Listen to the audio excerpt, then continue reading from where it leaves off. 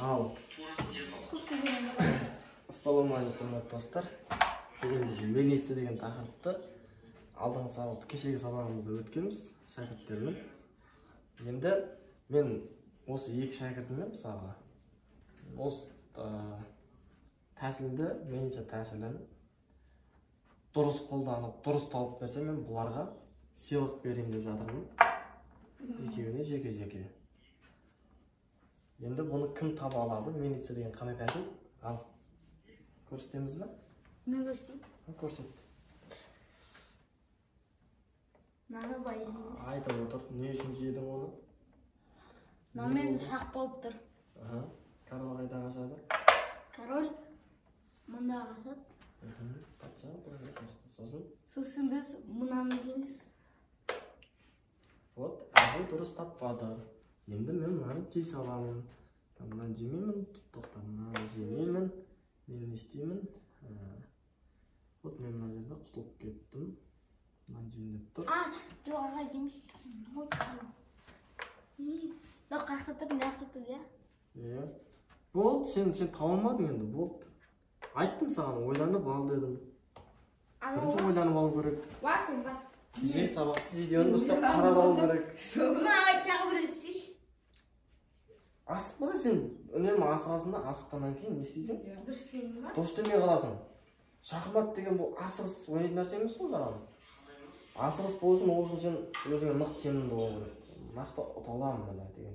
Көрдің бе? Сондықтан асық болу керек. Мельница деген тәсіл открытый шақты қолданады.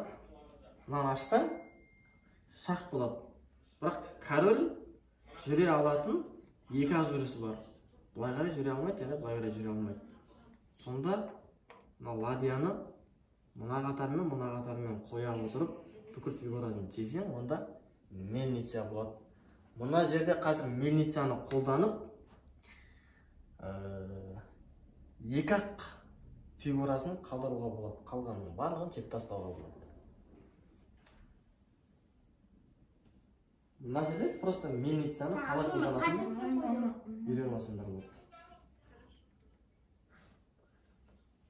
Түсіндің бе? Жаңа... Мен таптым, бұл жол дұрыс істеймін. Ал, көр онда. Мен былай жейміз. Шақ болды. Патша былай қашады. Мынаны былай жүреміз. Шақ болды. Патша. Мынау былай қашады, сосын біз. Сосын? Мынаны жейміз. Соңғы шешімі ғой, иә? Соңғы жауабым. Ал, нақты, егер осыны тапса, мен бұған подарка беремін. Өзі ойланып жауабы. Басы дұрыс болып жатыр. Ал, енді? Енді ол патша былай қашады, біз қайттан былай шақ қоямыз. Патша амалса қайттан былай қашады. Сосын біз қайттан наны жейміз. Патша қайттан былай қашады. Өзі былай қашады ма? Қалай мынау жүріп қояды, ол жаққа қашады. Былай қашады, сосын біз қайттан шақ қоямыз. Сосын ол қайттан былай қашады, біз мынаны жеп қоямыз. Патшаға шақ болып тұр енді. Патшаны қашпаймын мен, қарда жүрмеймін, ақта жүрмеймін. Патшаға шақ болып тұр, не істейді? Бұл қайттан қашады. Қайттан жүреміз. Қайттан шақ болды. Сосын? Король қаша ма? Сосын ол қайттан король амалсың былай қашады. Ал біз мынаны жейміз. Король қайда қашады? Шақ болып тұр ма? Король қайттан былай или былай қашады. Солай қашыла ма? Солай қашыла ма? Қашамайды, былай қашады ғой, мынау жеп қояды ғой. Иә, дұрыс. Иә. Сосын қайттан былай жүреміз. Король былай қашады. Сосын біз Мынаны былай жүреміз да сосын. Жоқ, қоянды осын. Сосын біз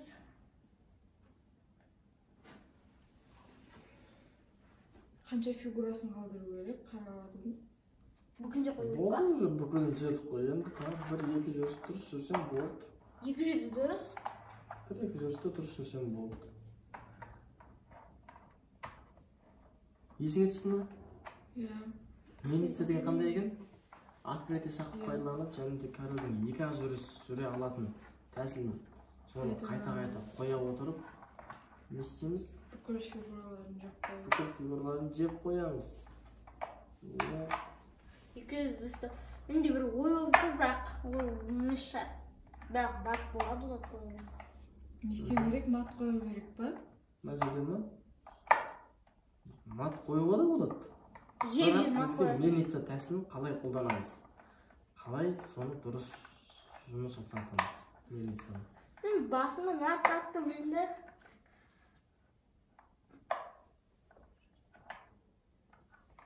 Басын дұрыс таптың. Примерно 70-80% дұрыс үйрендің. Енді 100% үйрену керек. 100%. 100-ші пайызына жетуге аз қалып тұрсың. Аз қалып тұрмын, сол қазір тысқа басам болды. Осыны ойланып отырмын. Так ақбекеш айта ғой. Дай Осыған дейін қалай болғанын білдің ғой, үйрендің ғой, көрдің ғой. Не істейді? Мынау былай қарай да мельница болып тұр, былай қарай да мельницаның тәсілімен. Былай қарай да барлығын тазаладық, былай қарай да барлығын тазалап тастадық. Не істедік? Ол өйткені король тек мынаған ғана жүре алады. Егер біз тураны мынандай жақтағы алаңдарға кетіп қалсақ, ол король былай қарай қашып кете алады. Мына жаққа жүрген болса, былай қарай қашып кете алады. Сондықтан тек ол мына жаққа жүріп, жүру үшін мына жақты тазалап аламыз. Сонда ол қайтадан шақ бергенде қайтадан барады. Ал былай қарай кететін болсақ, бұл былай қарай жүреді. Сонда осы екі тәсілді былай қолданып, бүкіл мына жақтағы 7-ші қатардағы және G-дегі тұрған барлық фигуралардың барлығын жеп тастадық. Енді қандай тәсілді қолдануға болады? Қалай істеуге болады? Көрсетсем болады, бірақ қате емес, просто көрсетсем. Просто көрсетуге болмайды, сен нақты соңғы жауабыңды тап. Соңғы жауабым сол. Былай істесем мат болады, бірақ мен бүкіл жеп тастау керек па қаралардың? Өзің ойланып тап. Барлығын жеп тастай аламын. Қалай? Былай жүрсем, былай істеймін, былай жүрсем, былай жүрсем, барлығын осылай жеп тастаймын.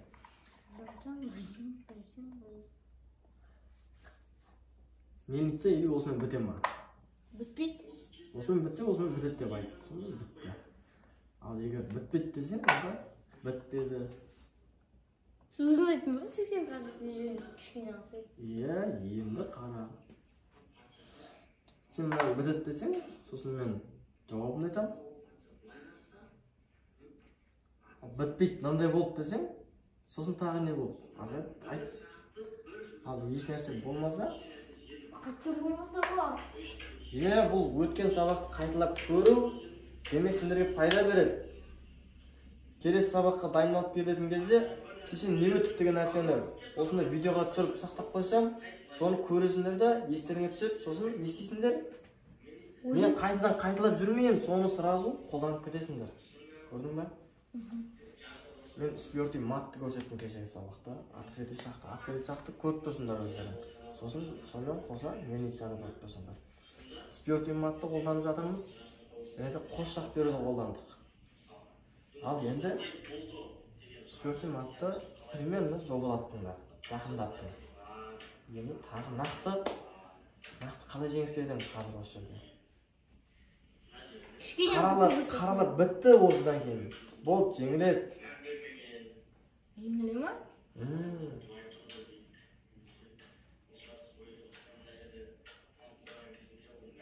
Бірінші шасын бола ма деп, болмайды. Өтіп па? Не қылды? Сыйлық. Тастаймын ба сыйлықты?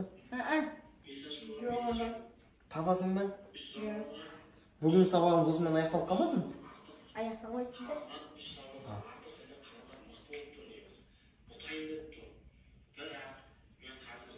Басынан басып қойдым. Патша не істейді? Мына жерге ғасырның астыңызге осыдан кейін жаңағы мельницаны қолданып, мынаны жердің, мынамен шақ болды, патша бері қарай қашты, турамен шақ қойды, патша ағай сол жерінде жетім патша бері қарай қайнадан шығып қоямын да ағай қайнадан ысырамын аш теңізге қашады. Кеше үйге барып осыны бір көріп шыққандайым да мынандай нәрсе проблема болмайды. Үйден аласыңдар енді мына видеоны видеоға түсіріп жатырмын. Енді бұл видеоны да сақтап қоямын. Сосын үйге барып көресіңдер.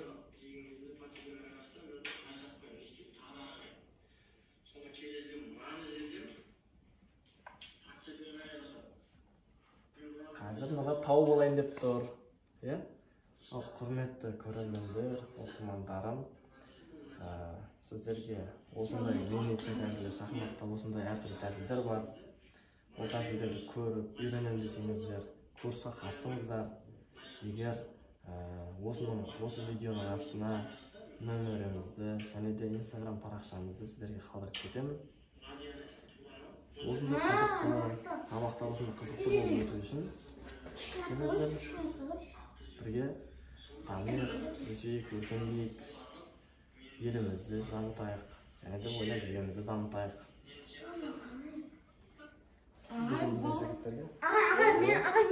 Мен. Тоқтадым. Ал достар, міне жартылай бітірді, енді ары қалай бітіреміз? Подарка ала болғаса жауап болады қазір. Кім табады? Мен табам. Қайсы Ақбикеш екеуің сөлфересіңдер. Тоқтатыр. Ақбикеш. Сөлфересеміз. Кім ұтады сол бірінші табам. Сен подарка алғың келе ма? Сыйлық алғың келе ма? Иә. Жауабын тапқың келе ма? Иә. Сен ше? Иә. Давай онда бірінші солай жасаймыз. Мен жауабын табамыз. Кім ұтады сол бірінші несі ма? Сол бірінші көрсетеді. Кім ұтады сол бірінші көрсетеді. Ағай мен әлі түсінбеймін. Түсінбедің ба? Жоқ, соңын білмей тұрмын әлі. Әбубәкір бірінші көрсете берсін. Онда Әбубәкір дұрыс тауып қойса, онда саған сыйлық жоқ. Ал бұл дұрыс тауылмай қалса, онда сенің жауабыңды көреміз. Жарай ма? Жарай. Онда Әбубәкір баста. Біз неше фигура жедік? 3-еу, 4-еу жедік, 5-еу жедік. Айта, 200 ба, 100 ба? 4, 5. 5. Тағы 100 ба, 200 ба? 5-ке жедік, 1 слон жедік. Сол Мелиса тәсілімен. Не істейміз енді? Сосын бұлай жүргеніміз. Сен жауап білмей тұрсың. Сен өзің жауабын кейін айтасың. Шах қойды. Енді король не істейді? Король мынан қашпайды, мынан қашады. Былай қашады. Ал мен былай жүріп аламын. Сосын Мелиса бітті ма? Мелиса бітті ма? Білмеймін, жоқ. Енді не істейсің? Ағай болды ғой, енді мен жауап берейінші, енді ұта аламыз ағай. Жоқ, өйткені бізде көп фигура. Болды, мен мат қойып тастадым. Мат қойып тастадым. Видеоны көрді жауап. Мына тауып қойды өзі. Көрінбе. Маған жеді, ары қарай қалса, Мелиса бітті. Мелисаның несі қойды мынандай. Не істедік? Бүкіл фигурасын тазалап жеп тастадық. Сосын мат қойдық. Мат болған жоқ бұл жерде, қалай мат болды? Дұрыс ағай маған подарок бересің. Мына қарай қашып кетіп қалды. Бәрі бітті ғой Мелиса. Мелиса тәсілін мына соңғы жүрісте аяқтадық. Өйткені мына Мелисадан таптым ғой. мына тәсілді мына алаңнан қайта шақ беріп, бір шақты қолдана отырып жүрістерді қайталауда бізде ол алаңнан шығып кетті, тура мына жаққа кетті. Енді біздің Әбубәкірге сыйлық береміз. Ал құрметті көрермендер, егер ұнап жатса, каналыма жазылыңыздар. Келесі сабақтарда егер осындай нәрсені көргілеріңіз келсе, комментарийға жазыңыздар. Сау болыңыздар. Сүйіккен. Әбу